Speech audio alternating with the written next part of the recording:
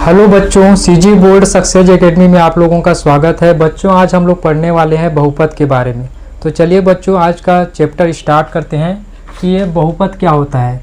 तो एक ऐसा बीजी व्यंजक जिसमें चर, अचर और घातांक शामिल होते हैं उसे हम लोग बहुपद कहते हैं। लेकिन बच्चों यहाँ ध्यान देने वाली बात यह है कि चर का जो घात है वो या तो धनात्मक होना चाहिए या तो शून्य होना चाहिए। अगर चर का घात ऋणात्मक या भिन्नात्मक है तो हम उसको बहुपद नहीं कहते हैं। तो बच्चों यहाँ पर समझने वाली बात यह है कि ये चर क्या होता है, अचर क्या होता है और चर का घात हम कैसे देखते हैं कि धनात्मक है कि ऋणात्मक है कि शून्य है कि भिन्न है। तो इसको सबसे पहले समझ लेते हैं। तो बच्चों सबसे पहले देखते हैं कि ये चर क्या होता है। चर एक ऐसा संख्या होता है जिसका वैल्यू जो है लगातार बदलता रहता है, फिक्स नहीं होता। तो जिसका वैल्यू बदलता रहता है उसको हम चर कहते हैं। मतलब हमें उसका वैल्यू पता ही नहीं रहता, उसका वैल्यू कुछ भी हो सकता है। जैसे कि हम लोग देखते हैं A B C dash dash X Y Z, मतलब ए टू जेड के अंतर्गत जितना भी हमारा जो संख्या है उसका वैल्यू जो है बदलता रहता है, उसका वैल्यू फिक्स नहीं रहता, हमको मालूम नहीं रहता है, इसलिए हम उसको चर कहते हैं। ठीक है बच्चों, अब आगे देखते हैं कि अचर क्या होता है। अचर ये होता है जिसका वैल्यू कांस्टेंट होता है, मतलब फिक्स होता है। अगर किसी का वैल्यू 2 है तो हमेशा 2 ही रहेगा, 3 है तो हमेशा 3 ही रहेगा, -1 है तो -1 ही रहेगा, -2 है तो -2 ही रहेगा। ये जो है इसका वैल्यू जो है कांस्टेंट होता है, फिक्स होता है, स्थिर होता है, इस कारण हम इसको अचर कहते हैं। तो अचर किसको कहते हैं? जिसका वैल्यू फिक्स होता है। अब बच्चों हमको देखना है कि चर का घात पॉजिटिव है या फिर जीरो है। अगर पॉजिटिव है और या फिर जीरो है तभी वह क्या कहलाएगा? बहुपद कहलाएगा। बच्चों तो हम यहाँ पर देखते हैं कि चर का घात, अगर चर का घात जो है धनात्मक है या फिर शून्य है तभी वह बहुपद कहलाएगा। तो चर का घात कैसे देखेंगे?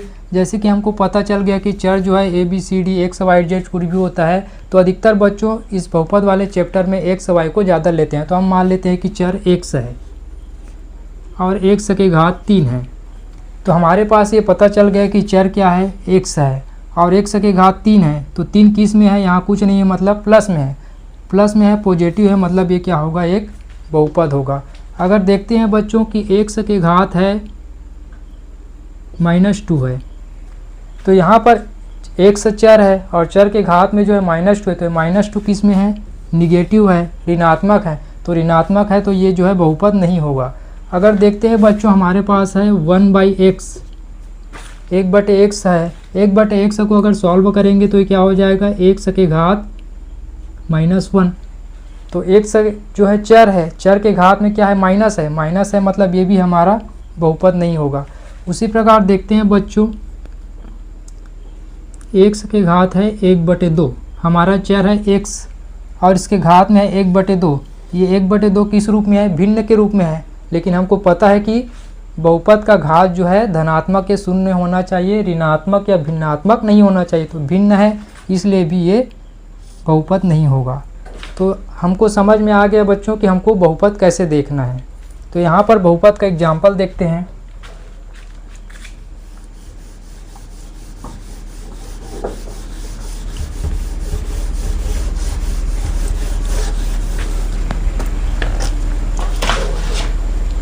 यहाँ पर देखते हैं बच्चों 5। ये 5 जो है बहुपद है कि नहीं है। हमको क्या देखना रहता है? बहुपद में क्या होना चाहिए? एक चर होना चाहिए और चर का जो घात है वो क्या होना चाहिए? धनात्मक या जीरो होना चाहिए और अचर भी होना चाहिए।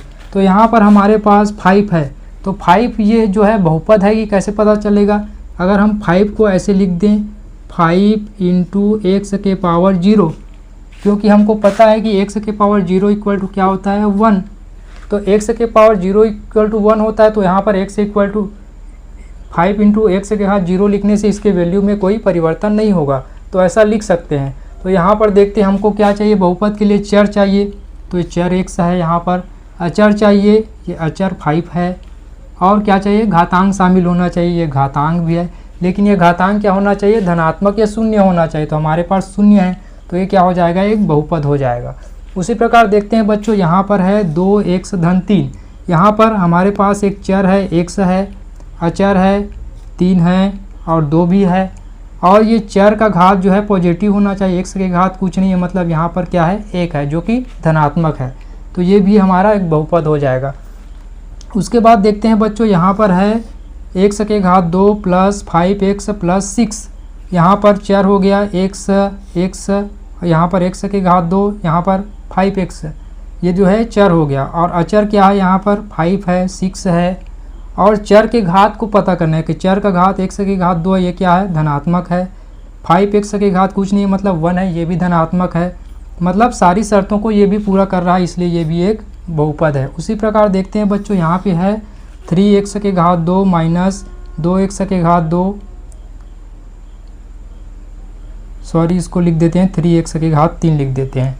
तो यहाँ पर 3x की घात 3 माइनस 2x की घात 2 प्लस x माइनस 7, यहाँ पर अचर है x की घात 3, x की घात 2, और यहाँ पर x, ये चर, सॉरी ये चर हो गया।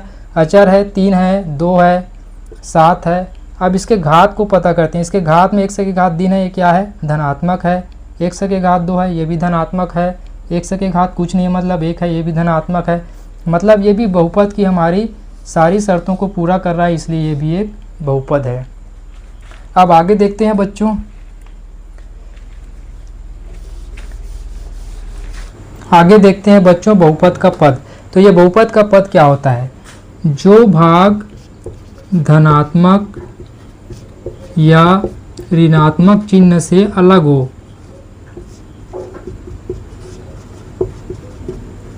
धनात्मक या ऋणात्मक चिन्ह से अलग होता है। जो भाग धनात्मक या ऋणात्मक चिन्ह से अलग होता है वही बहुपद का पद होता है। जैसे कि हमारे पास एग्जाम्पल है 2x की घात 2 धन 2x धन 1। यहाँ पर देख रहे हैं बच्चों कितना हमारे पास धनात्मक चिन्ह है। ये एक धनात्मक चिन्ह हो गया और ये दूसरा धनात्मक चिन्ह हो गया।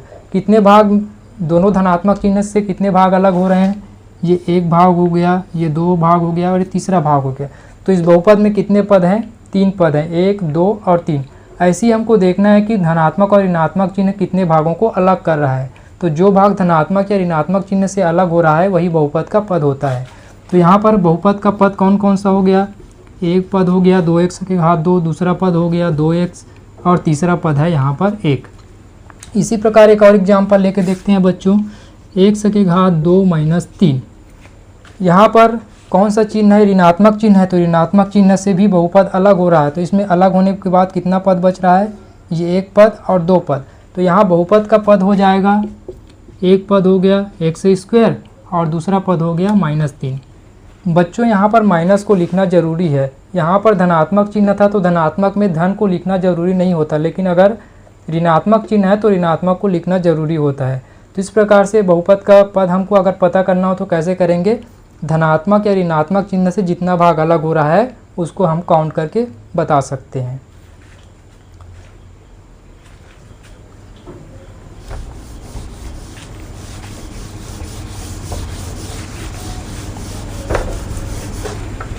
अब आगे देखते हैं बच्चों बहुपद का घात, सॉरी ये बच्चों बहुपद का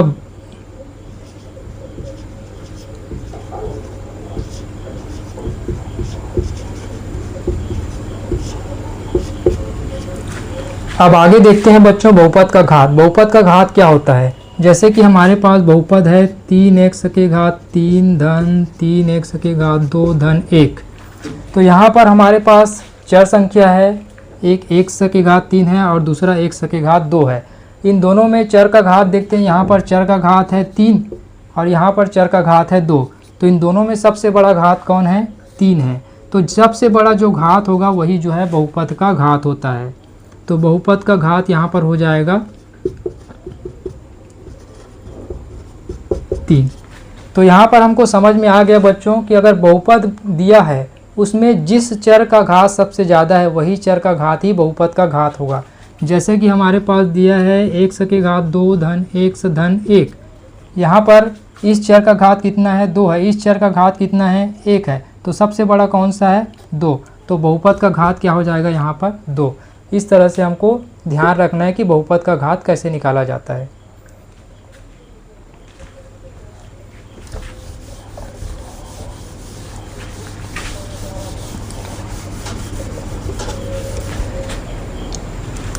आगे अगर पूछा जाए कि शून्यक कैसे निकाला जाता है,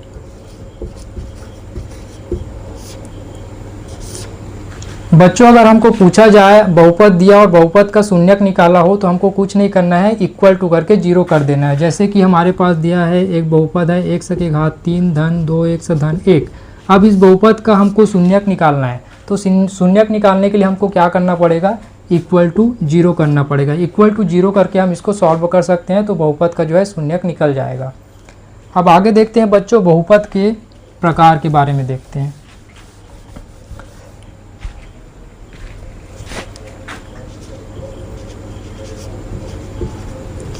बहुपद का प्रकार पद के आधार पर।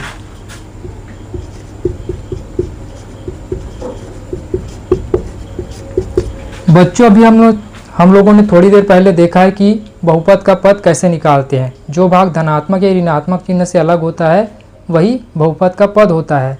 तो हमको यहाँ पर हम देख रहे हैं बहुपद का प्रकार। तो बहुपद का प्रकार बच्चों एक होता है एक पदी बहुपद, दूसरा होता है द्विपदी बहुपद, तीसरा है त्रिपदी बहुपद, चौथा है बहुपदी बहुपद। तो बच्चों जिस बहुपद में केवल एक पद हो वो एक पदी बहुपद है, जिस बहुपद में दो पद हो वो द्विपदी बहुपद है, और जिस बहुपद में तीन पद हो वो त्रिपदी बहुपद है, और जिस बहुपद में तीन से अधिक पद हो, तीन से अधिक कितना भी हो सकता है, 4 5 6 जो भी है, तो तीन से अधिक पद होगा वो क्या होगा, बहुपदी बहुपद होगा। तो एक पदी बहुपद का एग्जाम्पल देखते हैं। जैसे कि हमारे पास है 3x। 3x में कितना पद है, यहाँ पर कोई धनात्मक या ऋणात्मक चिन्ह से अलग हो रहा है क्या, नहीं हो रहा है, तो इसमें कितना पद है, एक पद है, तो ये जो है एक पदी बहुपद हो जाएगा। उसके बाद देखते हैं द्विपदी बहुपद। जैसे कि हमारे पास है x की घात 2 माइनस 2, यहाँ पर कितना पद है, ये ऋणात्मक चिन्ह से अलग हो रहा है ये, और ये दूसरा, तो यहाँ पर एक पद हो गया हमारे पास x² और दूसरा पद हो गया -2, तो यहाँ पर हमारे पास कितने पद हो गया, 2 पद। उसी प्रकार देखते हैं बच्चों त्रिपदी बहुपद। त्रिपदी बहुपद में कितना होना चाहिए, 3 पद होना चाहिए। जैसे कि हमारे पास है x की घात 2 माइनस 2x प्लस 1, यहाँ पर धनात्मक चिन्ह से ये दोनों अलग हो रहा है, ऋणात्मक चिन्ह से ये दोनों अलग हो रहा है, कितना पद हो गया, ये एक पद, ये 2 पद और ये तीसरा पद।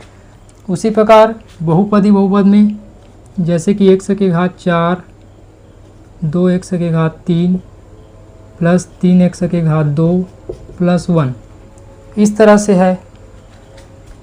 तो यहाँ पर देखते हैं कितना पद है, धनात्मक चिन्ह से एक, ये दूसरा पद, ये तीसरा पद, ये चौथा पद। तो 3 से जितना भी अधिक होगा वो कहलाएगा बहुपदी बहुपद।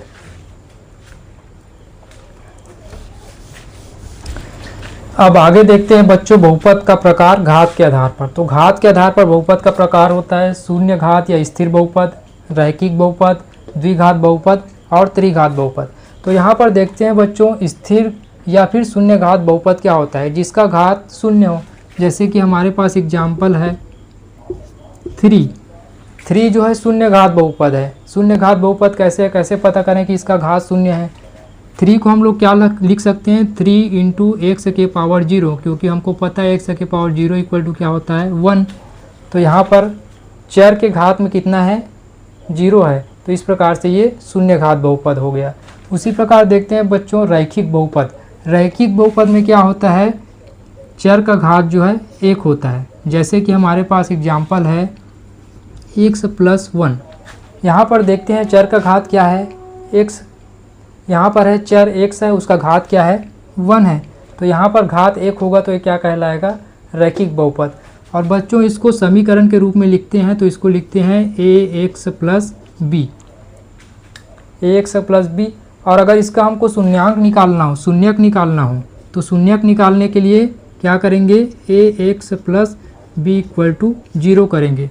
0 करेंगे तो x का कितना वैल्यू निकलेगा, 1 वैल्यू निकलेगा। तो अगर हमको पूछा जाए कि रैखिक बहुपद का शून्यक कितना निकलता है, 1 निकलता है। उसी प्रकार बच्चों द्विघात बहुपद में चर का घात क्या होता है, 2 होता है। जैसे कि हमारे पास है x² प्लस 2x प्लस 1, यहाँ पर चर का घात सब मैक्सिमम घात क्या है 2, मतलब बहुपद का घात जो है अधिकतम कितना होना चाहिए 2 होना चाहिए। 2 है तो वो क्या कहलाएगा द्विघात बहुपद। और रैखिक बहुपद में क्या होता है बहुपद का अधिकतम घात कितना होना चाहिए 1 होना चाहिए। और स्थिर या शून्य घात बहुपद में बहुपद का अधिकतम घात 0 होना चाहिए। तो यहाँ पर बच्चों द्विघात बहुपद का को समीकरण के रूप में लिखेंगे तो हो जाएगा ax प्लस एक्स का square plus bx plus c।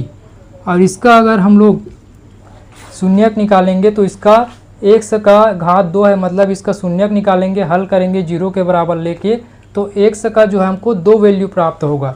तो हमको अगर पूछा जाए कि इसका शून्यक कितना होगा तो हम बता सकते हैं कि इसका शून्यक 2 होगा। उसी प्रकार बच्चों त्रिघात बहुपद, त्रिघात बहुपद में बहुपद का जो अधिकतम घात कितना होना चाहिए 3 होना चाहिए। जैसे कि एक एग्जांपल लेते हैं x के घात 3 धन 3x का स्क्वायर प्लस 2x प्लस 1। तो यहाँ पर देखते हैं सही बहुपद में चर का अधिकतम घात कितना है 3 है, तो इस बहुपद का घात क्या हो जाएगा 3 हो जाएगा। तो ये 3 अधिकतम घात है इसलिए ये त्रिघात बहुपद है। और इसको अगर समीकरण के रूप में लिखेंगे तो ये हो जाएगा ax के घात 3 प्लस bx के घात 2 प्लस cx प्लस d, इस तरह से। और बच्चों अगर इसका शून्यक निकालने के लिए बोला जाए तो x का कितना वैल्यू प्राप्त होगा 3 वैल्यू प्राप्त होगा। तो इस त्रिघात वाले बहुपद का शून्यक कितना हो जाएगा 3 हो जाएगा। तो बच्चों मिलते हैं अगले क्लास में, तब तक के लिए जय हिंद।